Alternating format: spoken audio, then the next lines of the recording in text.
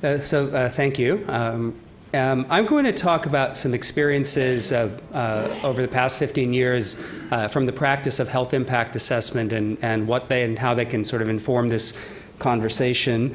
I'm not a modeler. All the models I built some models. They were all very quick and dirty models. But they worked, they provided the information that was needed. So health impact assessment, briefly for those, is a decision support practice that anticipates the health effects of decisions prospectively. It was started in European countries. In the 90s, we brought it to the US through San Francisco, where the virus came in 1999, and then it subsequently really has grown over the past 15 years in the US. It aims to serve the knowledge needs of a democratic decision-making process. So it aims to really support all users of information, and I think the effective practice really understands the political process and who uses information for what. HIA uses conceptual models, uses a few different types of models. It uses conceptual models to simply explain the nexus between policy and health, and it uses quantitative models to quantify the decision impacts on health determinants and outcomes. So I'll go through a few examples, and then I'll sort of share the risks. So here's the output of one model. This model is showing the areas of San Francisco with a unacceptable air pollution health risk.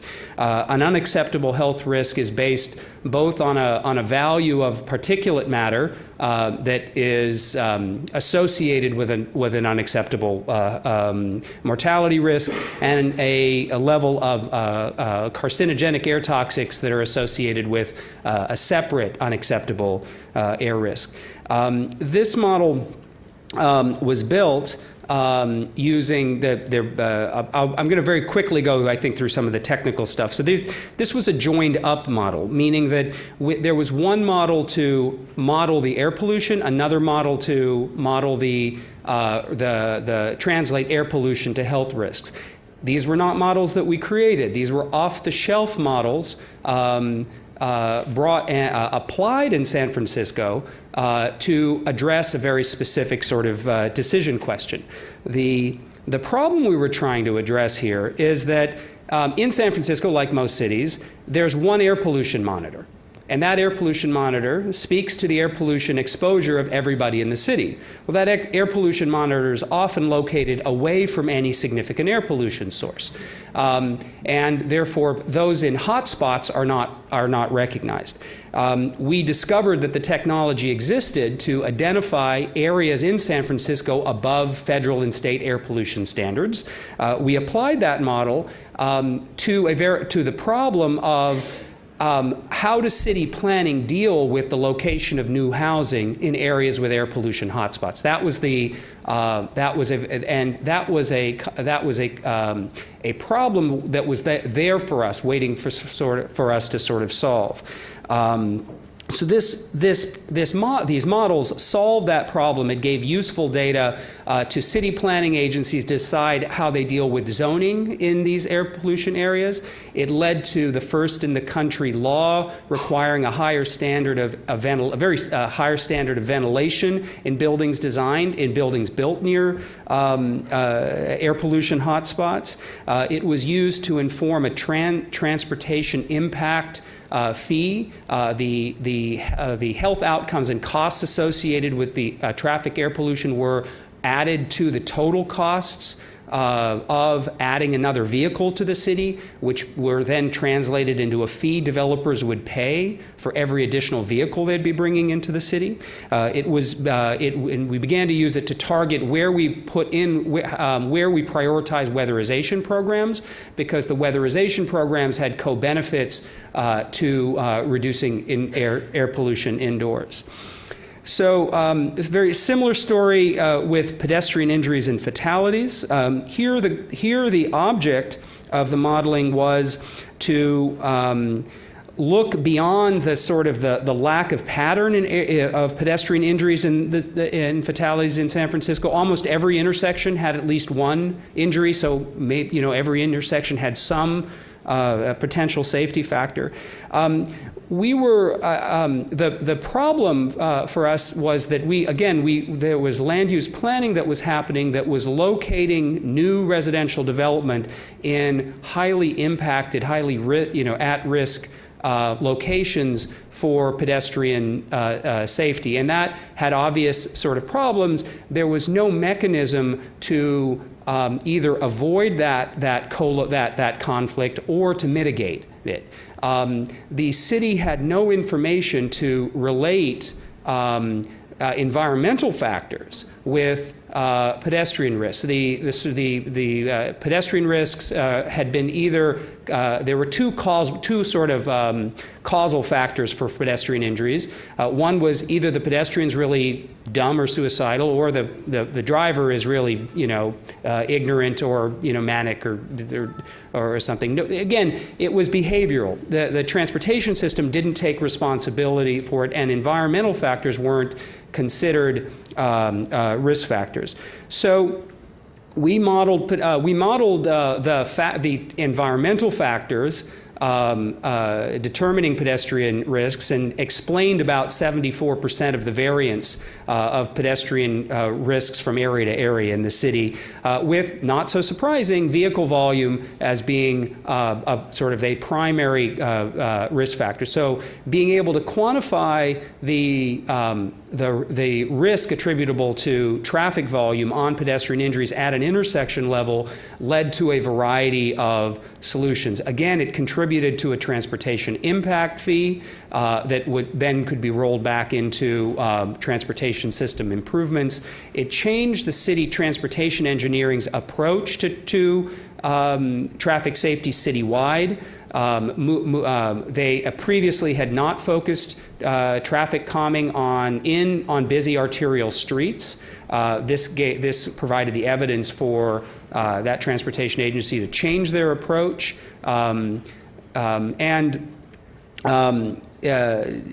We had other sort of similar policy uses. Oh, and also not quite, but it had a spillover effect on the police department. The police department was also not focusing on these areas with high environmental risk factors. They were focusing on where people were calling in to complain. So it changed the administrative practices of the agency as well. One of the first health impact assessments we did was looking at the minimum wage in San Francisco. We subsequently looked at the minimum wage in California, modeling the impact of a minimum wage change on health. Was again required a kind of a joined up two-part model. One model that applied the relationship between minimum wage rates and the distribution of income at the household level, and another model that applied the relationship of income to mortality. This was used both to inform constituents for wage and tax policy at the local and the state level. It has been replicated in other places. So what did we learn? I could spend a lot more time on the models. These all have tremendous assumptions and limitations, but they were good enough for the purpose. So data and science don't usually have leading roles in public policy, and the uses of HIA and modeling were highly selective and opportunistic, and focused on timely policy issues where we already had constituents very engaged in the issues, and constituents that would be ready, we anticipated to be ready users of the information if it was put out. We knew that the information would support one side of the equation, but we felt that providing the knowledge of health was sort of remaining kind of on one line of, I guess on the sort of the advocacy line. Modeling was purpose-driven. We understood, we did the modeling only having worked in a city context, trying to solve a problem and understanding where specific gaps in knowledge were limiting factors towards policy solutions. So the models were very, very directed to find a very particular piece of information. Where are the areas with air pollution above a certain standard? What's the attributable risk of pedestrian injuries to differences in traffic volume or traffic speed? So they were those, we already knew that information, once produced, would move the system. And we knew both through the conversations with stakeholders and agencies, but also because of our knowledge of the regulatory systems. In many of the cases, these were pieces of information that triggered an existing regulation that was not applied because the information didn't exist in the form needed before we did the model.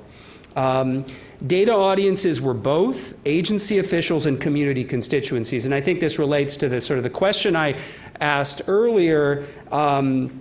Agency officials were limited in their ability to sort of do things often, but agency officials and legislators and other decision makers were responsive to community constituencies.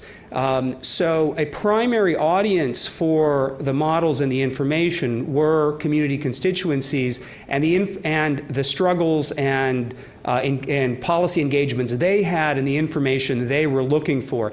That really, we produced the information, they were the vehicle to take that information into the policy process and argue for it. Application innovation joined up models of health determinants and health outcomes.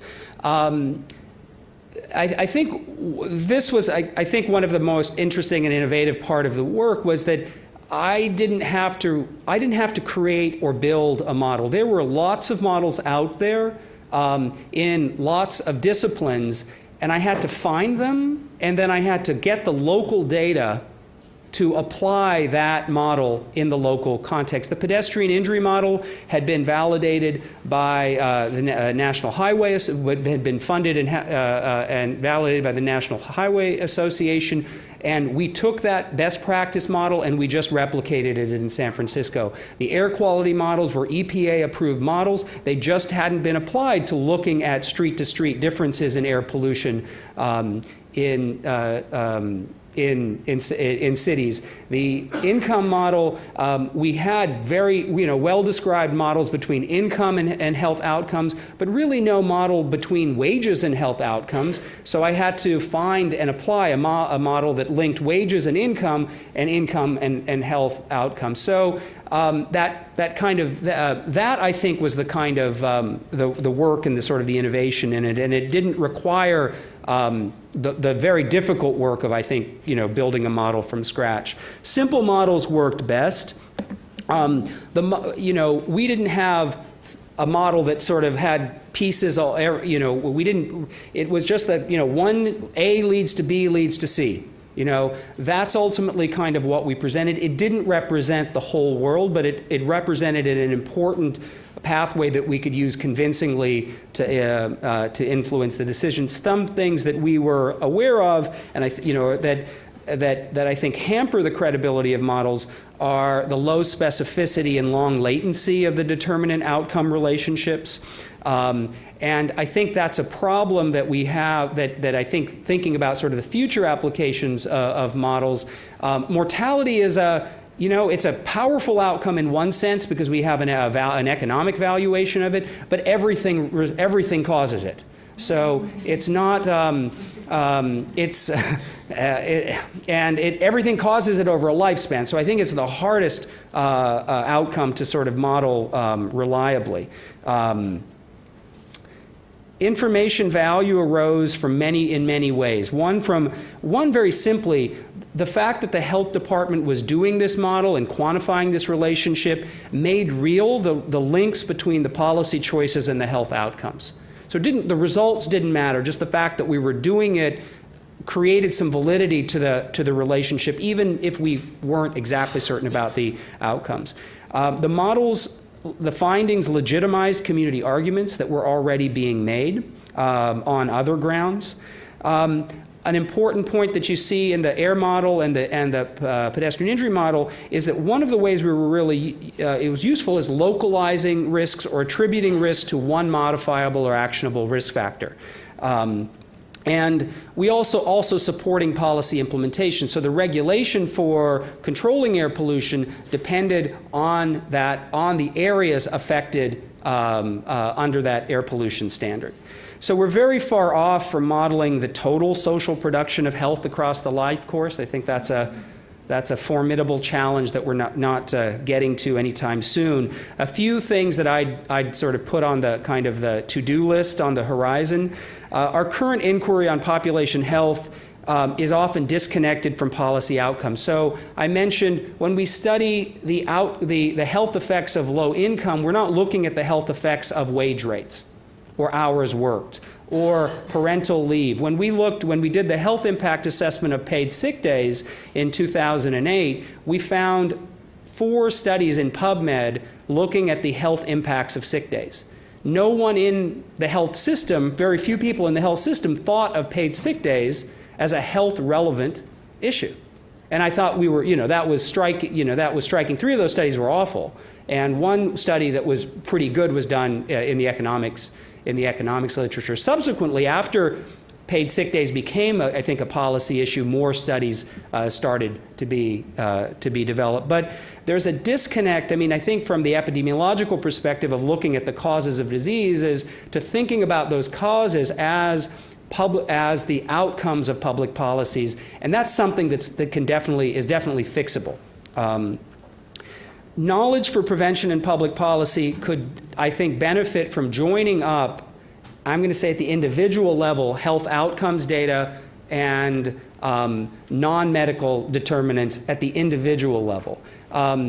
Public health, I've been in medicine and public health, and the health system is looking at individual data. The public health system is looking, I think, at community level data. It's those data, those ways of looking at the world don't speak to each other. The solutions might be there. I could imagine synergistic solutions by if there was a way to join up, and I'd suggest the idea of bridging indicators that are individual level social determinants indicators that are collected by health systems routinely to develop a more robust health information system. And the last point. So I think this point has been made, I think, many times, so I'll just reiterate it. The model building is a technical process. The technical solution is usually the easiest solution. You can find a way to do something if there's motivation. So the more important questions are, what information do we need to make better decision? Who wants to use the information? How will they use it? Those lead to design criteria for sort of an initial sort of modeling exercise or information gathering exercise, but ultimately it's an iterative process. We'll then the users actually have to use it to see if the model works for the purpose described, or what changes, what additional data is needed, and iterate from there. Thank you.